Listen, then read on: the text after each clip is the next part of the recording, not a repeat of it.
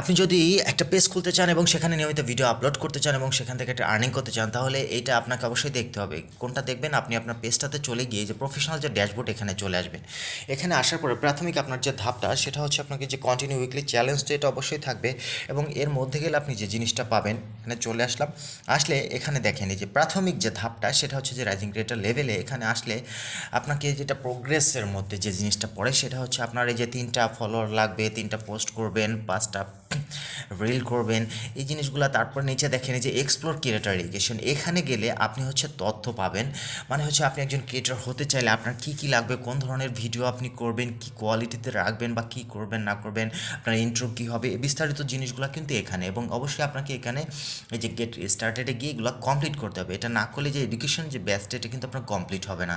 এই যে গেট স্টার্টেডে গেলে এই যে দেখেন এই যে টপিকগুলো আপনাকে সমস্ত, এইখানে হচ্ছে টপ ক্রিয়েটর যারা আছে তাদের এক্সপিরিয়েন্সগুলো এখানে দিচ্ছে, এবং ফেসবুক আপনাকে এগুলা সাজেস্ট করছে দেখার জন্য, যে এখান থেকে তারা অবশ্যই এই জিনিসটা দেখে নেবেন। আর আমার এটিকে ফলো দিয়ে রাখবেন, এ ধরনের আরও অনেক টিপস পাবেন।